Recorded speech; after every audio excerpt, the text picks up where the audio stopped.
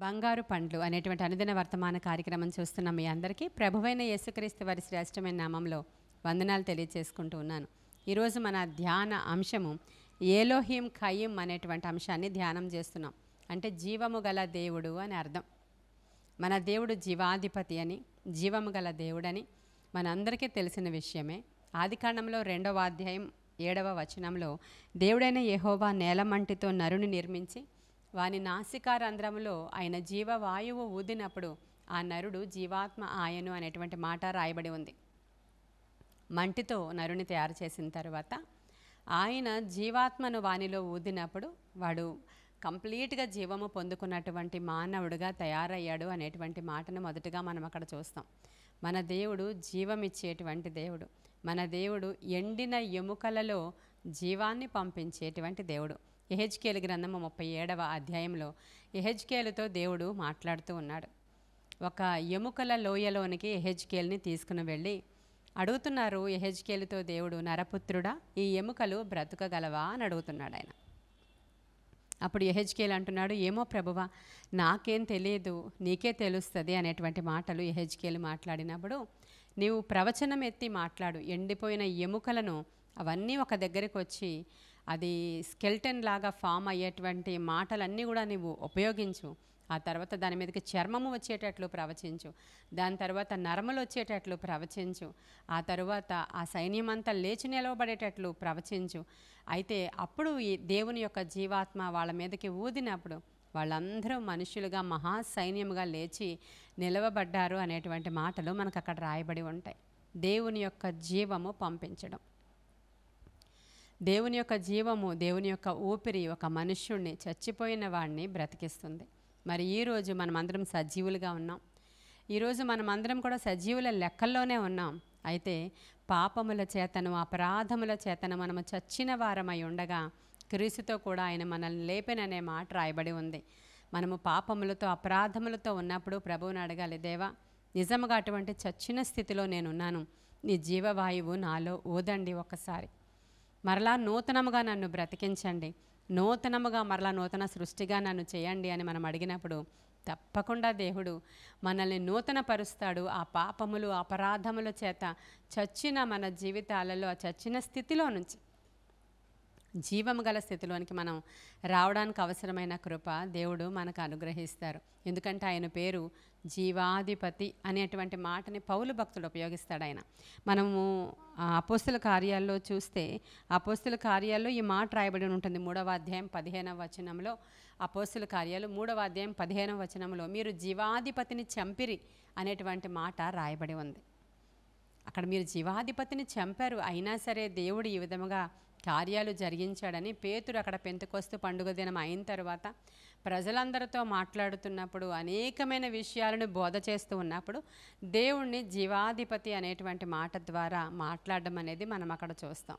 అంటే కేవలం ఊరికనే చనిపోయిన వాళ్ళకి జీవం వస్తుంది అంతే, పాపాలలో ఉన్న వాళ్ళు చచ్చిన వారు కనుక వాళ్ళకి జీవం వస్తుంది అంతే అని అనుకోవడానికి ఏమీ లేదు. ఇందాక నేను చెప్పాను, ఎండిన ఎముకలలో జీవాన్ని పంపించాడు దేవుడు. ఎలాగనో మన గృహాలలో ఎండిపోయిన స్థితి ఉందనుకోండి, అనేక రకాలైన కారణాలు అవ్వచ్చు. ఎండిపోయినటువంటి స్థితి చాలా గృహాలు ఎలా ఉంటాయంటే నిర్జీవంగా ఉంటాయి, అసలు జీవము లేనట్లు ఉంటుంది. ఇంటికి వెళ్ళినప్పుడు చాలా డ్రైగా అనిపిస్తూ ఉంటుంది, ఎంతో నిస్సారంగా అనిపిస్తూ ఉంటుంది.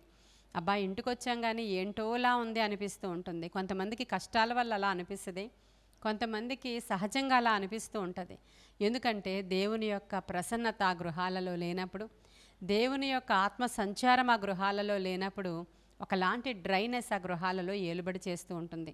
అనుదినము దేవుని యొక్క బలిపీఠము దగ్గర ప్రార్థనలు చేయడం చాలా అవసరం. కుటుంబ ప్రార్థనలు మరి చేసుకోవాలి ప్రతి ఒక్కరు కూడా. ఇంట్లో ఉన్నటువంటి తల్లిదండ్రులు కూడా అధికంగా ప్రార్థనలు చేసుకుంటూ ఉండాలి. ఇళ్లల్లో ఉన్నటువంటి ఆ టీవీల శబ్దాలు, పిల్లల గోల, రకరకాల అరుపులు, భార్యాభర్తల మధ్యలో దెబ్బలాటలు, భయంకరమైనటువంటి పరిస్థితులు గృహాలలోనికి ఆ నిర్జీవత్వాన్ని తీసుకొస్తాయి. ఎందుకంటే ఇటువంటి గందరగోళ పరిస్థితుల్లో దేవుడు ఉండడు ఆ స్థలంలో, అపవాది వచ్చి నివాసం ఉంటూ ఉంటాడు. అందుకే అపవాది అక్కడ అల్లరి సృష్టిస్తూ ఉంటాడు, గొడవలు సృష్టిస్తూ ఉంటాడు. ఒకలాంటి ఎండిపోయినటువంటి నిర్జీవమైన స్థితిని ఆ గృహాల్లో పెడుతూ ఉంటాడు. వినుచున్న మీలో ఎవరైనా గృహంలో ఇలా ఉంటే ఈరోజు అడగండి, జీవాధిపతి మా గృహంలోనికి రండి నాయన, మీ జీవము మా గృహంలో అవసరమై ఉంది, ఇదంతా ఎండిపోయి ఉంది, ఇదంతా ఎండిపోయిన స్థితిలాగా నాకు అనిపిస్తుంది, మీ జీవాన్ని మా గృహంలోనికి పంపించండి అని అడిగినప్పుడు తప్పకుండా దేవుడు పంపిస్తాడు. ఇంకా చాలామంది జీవితాలలో ఎండిపోయిన పరిస్థితులు, ఈ పనులు ఇంక అవ్వవు, ఈ కార్యాలు ఇంక అవ్వవు, ఇంకంతా ఎండిపోయింది, మాకు చిగురు ఎక్కడా కనిపించడం లేదు అనుకున్న వాళ్ళు కూడా అడగొచ్చు, దేవా ఈరోజు ఎండిన మా జీవితాలలో నీ యొక్క జీవాత్మను ఒక్కసారి ఓదవా అని మనం అడగొచ్చు. అడిగినప్పుడు దేవుడు తప్పకుండా పంపిస్తాడు. ఎందుకంటే దేవుని దగ్గర జీవపు మూట ఉంది. ఆ యొక్క రిఫరెన్స్ మనకి సమూయేలు గ్రంథంలో కనిపిస్తుంది. సమూయేలు గ్రంథం 25వ అధ్యాయంలో అక్కడ ఒక సందర్భాన్ని మనం ధ్యానం చేయాలి. మొదటగా అక్కడ దావీదు ఉన్నాడు, అడవులలో ఉన్నాడు దావీదు. ఆ సందర్భంలో అనేక మంది అనుచరులు దావీదు కూడా ఉన్నారు. ఆ యొక్క అరణ్య ప్రాంతము దాటిన తర్వాత ఉన్నటువంటి ఒక ఊరిలో నాబాలు అనేటువంటి ఒక వ్యక్తి ధనవంతుడు ఉన్నాడు. అతనికి అనేకమైన గొర్రెలు ఉన్నాయి, అనేకమైనటువంటి సంపద ఉంది, అతను ఒక ల్యాండ్ లార్డ్ కింద ఉన్నాడు అక్కడ. ఆ పరిస్థితుల్లో అతను చాలా ధనవంతుడైనటువంటి వ్యక్తే కానీ మూర్ఖుడు మోటువాడని అతని గురించి బైబిల్ సెలవిస్తోంది.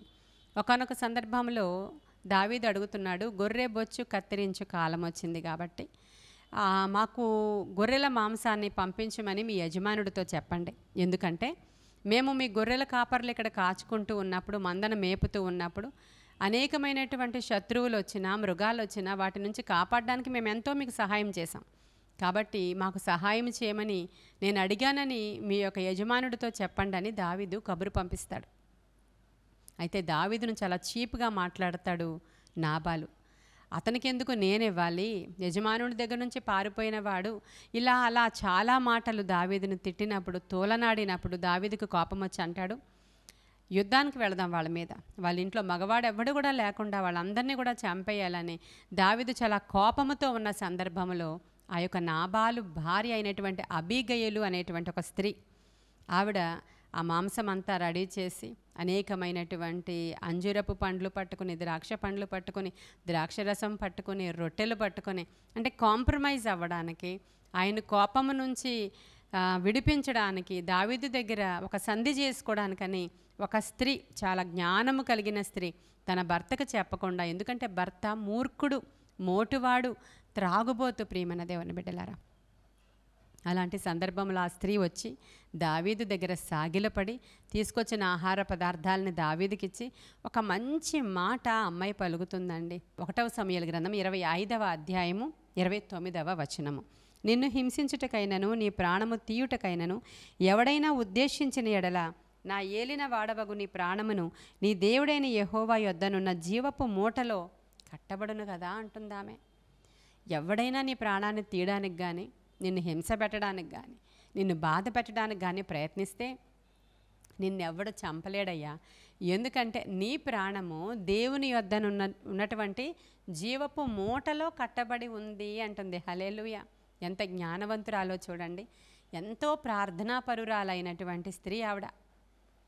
దేవుని దగ్గర ఒక జీవపు మూట ఉందని, అంత ఈజీగా నీ ప్రాణాన్ని ఎవడు తీయలేడు, అసలు నీకు ఏ అపాయము రానివ్వడు నీ దేవుడు, నీ మీదకి ఏ ఉగ్రత రాదని చెప్పి ఆమె సాగిలపడి దావీదు దగ్గర ఒక రకమైన ప్రార్థన లాంటిదే చేస్తుంది. అక్కడ దేవుడు ఎంత గొప్పవాడో, ఈ దావీదు ఎంత గొప్పగా ఇజ్రాయేలీల్ని కాపాడాడో, ఇతడు ఏ విధంగా వీళ్ళని క్షమించాలో, తన భర్త ఎలాంటి మొరటివాడో ఆమె ఒప్పుకొని చెప్పుకుంటుంది ఆ రాజు దగ్గర. అంత మాత్రమే కాదు, దేవుడి దగ్గర ఒక జీవపు మూట ఉందని ఆ స్త్రీకి ఎలా తెలుసండి? ఈరోజు మీకు తెలుసా దేవుని దగ్గర జీవపు మూట ఉందని? మీ ఇంట్లోనికి కావలసినటువంటి జీవాన్ని ఆయన పంపించగలడని, మీ ఒంట్లోనికి కావలసిన జీవాన్ని కూడా ఆయన పంపించగలడని. ఎన్నో రోజుల నుంచి మంచాల మీద ఉన్న వాళ్ళని కూడా అడగండి ప్రభువుని, అయ్యా నీ జీవాన్ని ఈ కాలులో పంపిస్తే, నీ జీవాన్ని నా బాడీలోనికి పంపిస్తే, నీ జీవాన్ని నా అనారోగ్యముగా ఉన్నటువంటి ఆ యొక్క పార్టీలోనికి నీవు పంపిస్తే వెంటనే నేను బ్రతుకుతాను నాయన. జీవపు మూట నాయన నీ దగ్గర ఉంది, నీ జీవాన్ని మా గృహంలోనికి పంపిస్తే మా ఇంట్లో ఉన్న పరిస్థితులన్నీ ఆ డ్రైనెస్ అంతా పోయి పచ్చగా ఉంటుంది అయ్యా నా ఇల్లు, అయ్యా నా జీవితం పచ్చగా ఉంటుంది, నా పిల్లలు ఎండిపోయి ఉన్నారు, సారము లేక ఉన్నారు, వారి జీవితాలలో వెలుగు రావాలయ్యా, జీవము రావాలని వేడుకుంటారా? ఈరోజు ఇది ఏలోహిం ఖయ్యం అనేటువంటి మాటని ధ్యానం చేయండి. జీవాధిపతి అనేటువంటి అంశం అది. లివింగ్ గాడ్ అనేటువంటి మాట అది. కాబట్టి జీవము గల దేవుడు అనే మాటని ధ్యానం చేశాము ఇప్పుడు మనం.